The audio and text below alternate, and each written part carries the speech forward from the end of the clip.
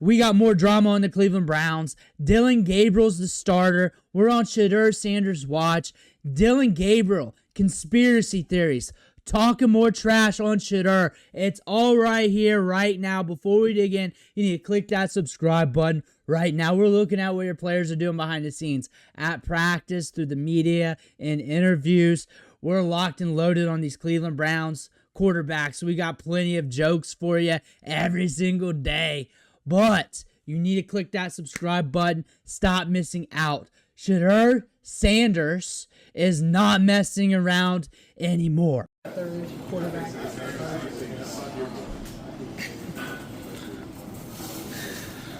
Vocally, anything to say? I guess it's having fun. I guess one more. I guess what do you think you have to show? Show to the coaches just to have them have that belief in you that you can be ready. What can you say? How much has Joe been important to both you and Dillon in terms of your guys' development to this point?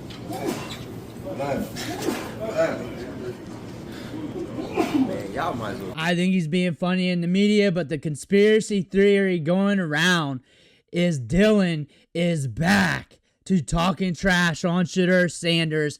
You be the judge on that. Dillon Gabriel, at some point we were listening, said, let me see what the quote was.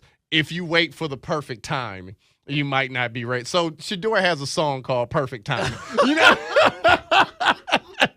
Oh my gosh, we've got into the we're the digging woods deep. with this. Yeah, we're digging deep. I don't know. I'm impressed with a person who knows that though. Right. 'Cause that's some Shedeur love right I there. didn't pick up. I was familiar with Shedeur's song. I downloaded it. I like it. I actually think it's a solid cut.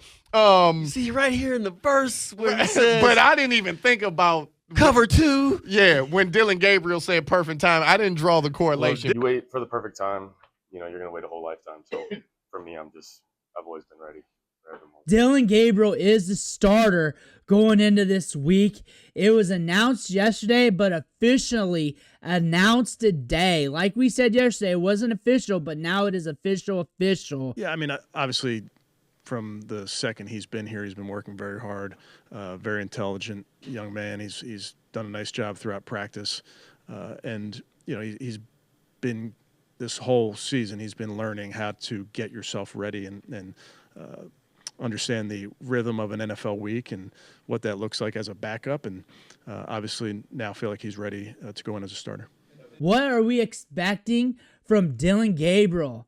We are expecting him to really ride Quinshon Judkins. Quinshon Judkins better be getting 20-plus carries. He better be getting all the work. That defense better be bailing him out. They better be riding that defense. They better be riding Quinshon Judkins, and he just has to make a couple plays. One of the biggest things I think that you should do it because of is the fact that Dillon Gabriel can run a different kind of an offense than Joe can. I think it will be faster, zippier. I think you're going to get the ball out quicker into the hands of your playmakers. I think you can run some RPOs. I think you can run some designed runs. He's very mobile. He was very much like in the mold of sort of like a Kenny Pickett. And those two guys were supposed to be the ones that were targeted to start this season. First Kenny and then Gabriel later. So that's what they were going for. More of a game management guy, not somebody who's necessarily going to hit the big explosive plays, but manage the game well, get the ball into the hands of your playmakers, run the ball with Quinshon, which now we know they can do that, and then play good defense. So I would not hesitate to try Dillon Gabriel and see what you have. He started 64 games in college. The moment is not going to be too big for him. He has so much muscle memory for playing this game. He's seen everything. I think he can handle most situations. He's played at a very, very high level. I would not hesitate to do it. If it goes off script from that, it is going to be a rough game. It's going to be a rough outing, considering everything involved with Dillon Gabriel, with the amount of reps he got in camp. He was banged up in camp too, but having to split up the work.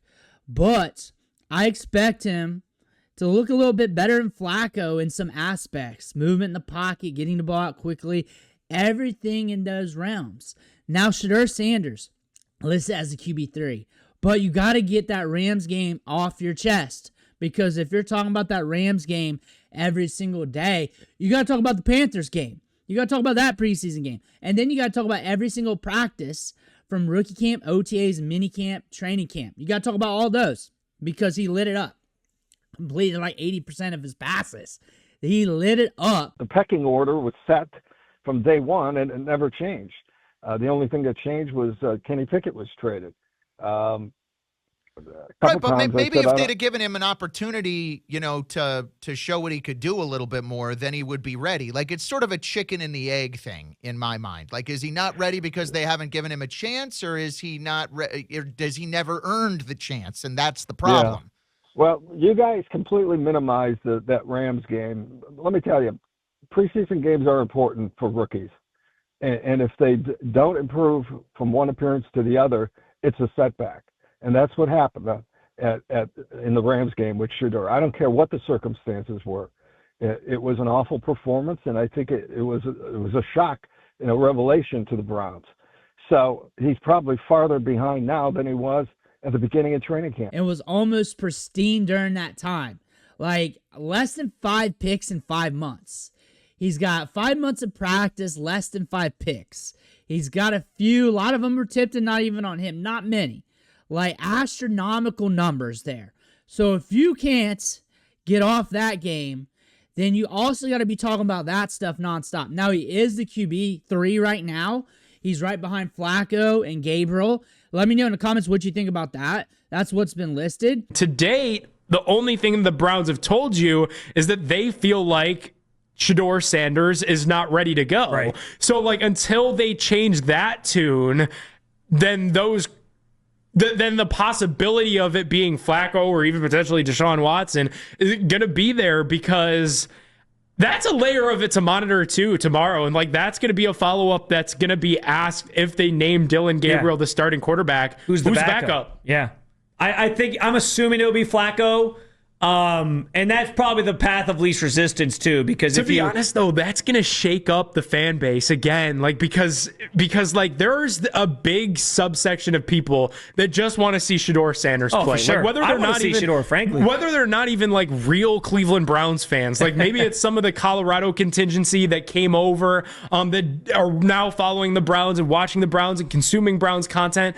People just want to see Shedeur. Yeah. And the one thing that those people have that I have no rebuttal for is the fact that, well, what's the point? Why not? It's a season where you're not going to the playoff anyway. You might as well see what the kid can do. I know the Browns' answer would be that they feel like he's not ready and they're going to continue to develop him behind the scenes and all that. But I think going from Gabriel back to Flacco at some point would really turn off a lot of people. There's plenty of time, though. There's plenty of time for these quarterbacks to mess it up. Now, Gabriel, what I'm expecting, same thing, every video. I'm expecting him to have some moral victories out there and be okay, be looking all right. But I expect to eventually get off script and him unravel. This offensive line hasn't been looking good. He's a smaller quarterback. I would not be surprised if he gets banged up. I would not be surprised. I would not be surprised if Flacco got banged up back there. With how immobile he is. Like, Dillon Gabriel can move a little bit more. Also, what we saw in training camp, those down practices, completing 20 to 30% of his reps, getting bad at the line, those picks. And we're looking at here, we'll see some missed throws from Gabriel. But the thing about this, like, if you're going to bring up Shedeur's Rams game, why don't you bring it up those practices still? I'm still bringing that. I'm bringing it all. I'll talk about it all. Like, I have. I showed the tape. Like, right there. Like, right there. You'll catch shit like that from Gabriel. So, eventually, that's going to rear its head. It's going to rear its head. With the offensive line issues, Tillman out, Jerry Jeudy not separating, not making plays, not getting it done. Nobody stepping up on top of that. And you expect the rookie, who's been sharing reps with another rookie, Pickett, and then Flacco getting the main bulk of the reps of the ones throughout all this time, to just get off the runway and lift off. Like, I liked him as a prospect. I expect some of the things I liked for him as a prospect from the Senior Bowl to come to light. The accuracy, the fast mental processor he's got. I expect all that to come to light. But I also expect what I saw from training camp to come to light as well. And once that happens, it's going to unravel. We saw him unravel in front of the media. We saw that, remember? He unraveled, called them entertainers, and everybody just stared at him like, what? Like, what? Who are you talking about? Who are you talking about? And then he blamed it on the media when he just unraveled there. What do you think is going to happen if we catch a bad run here? What do you think is going to happen? He's already shown that. This dude's a little bit weird. I think we should play more football on nice grass. And he's very accurate. We saw that in college. He's 25 years old. He's an older rookie. I mean, he's not too much older than Shedeur, but he's an older rookie. Like, there's not too much more upside from here. Like, he's not fully developed. He's not fully equipped. He hasn't fully gotten the reps from camp because, one, he was banged up. He missed some practices. And then, two, he had to share it. And they got him work with ones and twos a lot in camp this whole time. He's their guy. And the reason why, he fits the scheme. He's what they like. He's safe. But the thing about this, Shedeur's going to get his moment. We know Shedeur's going to get his moment out there on the field. We know he's going to show them what's up. And what I'm expecting is somewhere down the line, it could be sooner than later. It could be this week. Like, all he has to do is take the wrong hit. And they're like, man, let's not put in Flacco. This dude's closer to taking AARP than he is being a rookie. Let's just throw Shedeur out there. That could potentially happen. He could be out there this week. I would like Shedeur to come out in a home game. Like, if you're talking about my preferences, give the fans of Cleveland something. They've been watching this. They've dealt with enough. Don't roll Shedeur out there against London. In London, not again. It technically is. They eat beans on toast and shit. Don't roll him out there at London. Like, this Browns team, they lost their team to Baltimore first off, and then they had 40-some quarterbacks since then suck, and now you're just waiting for the next guy. Don't roll him out across the pond.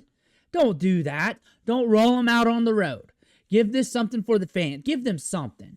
Like, look at what I'm talking about every day. This is what they've dealt with every day for my whole life. And I'm trying to be funny and entertaining, but it's true. It should be in history books about how bad this has been. Like, they've messed up the quarterback position my whole life. How is that possible?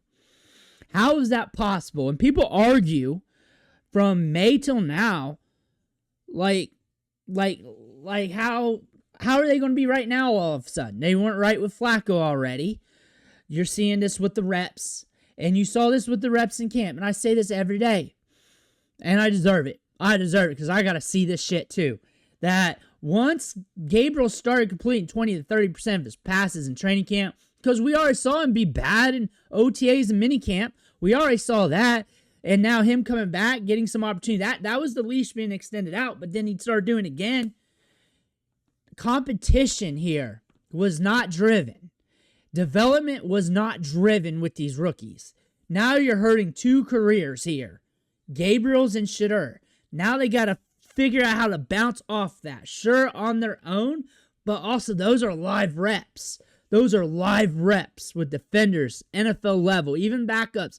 It matters. And this is your team. You're supposed to develop them. This is your job, and you're not doing it. You are not doing it. This is why, this is the 41st quarterback start, different quarterback for the Browns. This is 2001? This is the 41st? 41 quarterbacks? What? And now we expect Shedeur to be okay? He may not be okay. Like, I like him as a prospect. I like him as a player. He was thrown to equipment guys and guys that weren't even not on team anymore. In that Rams game. Especially in that Panthers game. Now we're looking at this. This Browns team is erratic at quarterback. Stefanski's getting fired. Like, all this is so Stefanski doesn't get... He's trying his hardest not to get fired. Not his hardest to develop. He's trying to get by every week. He knows he's got top-notch defense. He's got to run. He's getting fired. He's going to get fired. He knows this. We know this. We see this. We want this. We want change. If nothing changes, nothing changes. Something's got to change here. Shedeur's going to be out there on the field sooner than later. We can definitely know that with what's going on. We're only in week 5. We're 5 more weeks, and we still got like 8 more. We got a lot of football left to be played. We're already on a quarterback change. Like I said, all of them are going to play this year. Let me know what you think in the comments below. I want to hear about that. Make sure to hit that subscribe button on the way out. One thing for watching. Catch you on the next video.